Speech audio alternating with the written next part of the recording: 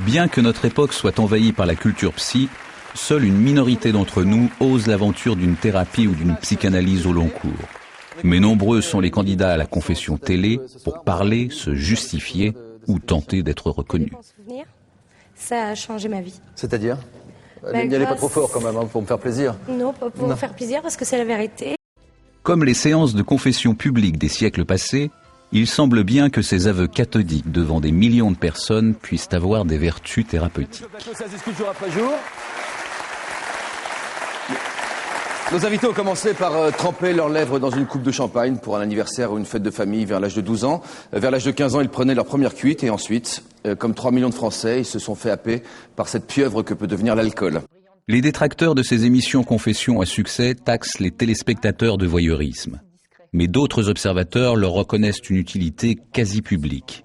Car dans une société où l'on peut, dans une même vie, changer de famille, de métier ou même d'identité, ces forums d'un nouveau type peuvent aider à s'y retrouver. Une jeune femme qui vit ce soir à un moment très important. Elle n'a jamais vu sa mère, jamais. Elle a 25 ans. Une histoire incroyable qui nous a beaucoup touchés. Elle s'appelle Sophie, mesdames et messieurs.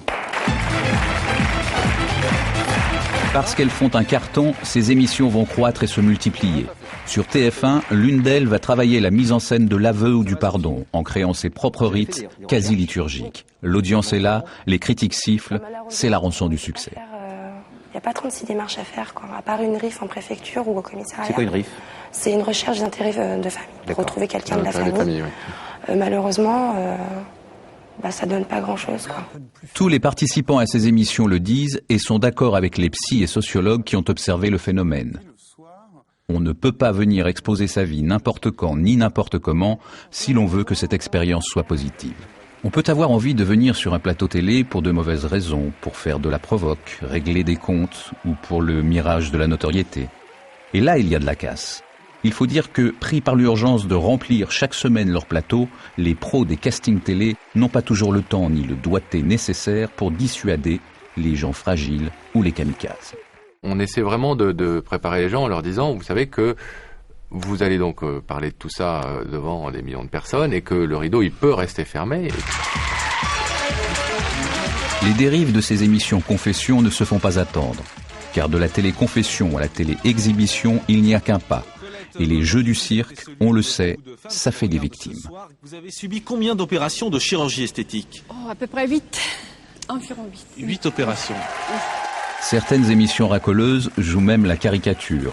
RTL 9 diffuse depuis des années une adaptation pourtant presque sage d'un talk-show américain où les invités vont jusqu'à s'étriper sur le plateau. Alors, vrai témoin ou comédien? Vous êtes marié depuis plus de 9 ans avec Gérard. Tout à fait. Et vous êtes venu sur ce plateau parce que vous aviez envie de nous dire quelque chose. Après la confession publique, la contrition publique. Avec Super Nanny, où il faut que ça change, M6 envoie à domicile éducatrices musclées ou psy pour mettre de l'ordre chez les pénitents. Arrête de crier, s'il te plaît. Face à la multiplication des chaînes et des programmes, ces émissions confession ont-elles un avenir dans le futur paysage audiovisuel? Moi, je pense que cette télévision-là, de confession, elle a déjà vécu. On a tout dit, on a tout raconté, tout le monde sait tout. Ce confessionnal célèbre marque un tournant dans l'histoire de la télé de l'intimité. Le loft signe la naissance de la télé-réalité, où l'on enferme les gens dans un bocal pour mieux les observer, comme en laboratoire. Et même s'il reste un confessionnal, la compassion cathodique disparaît avec ce type d'émission où il s'agit d'éliminer pour gagner. C'est le début d'une toute autre histoire.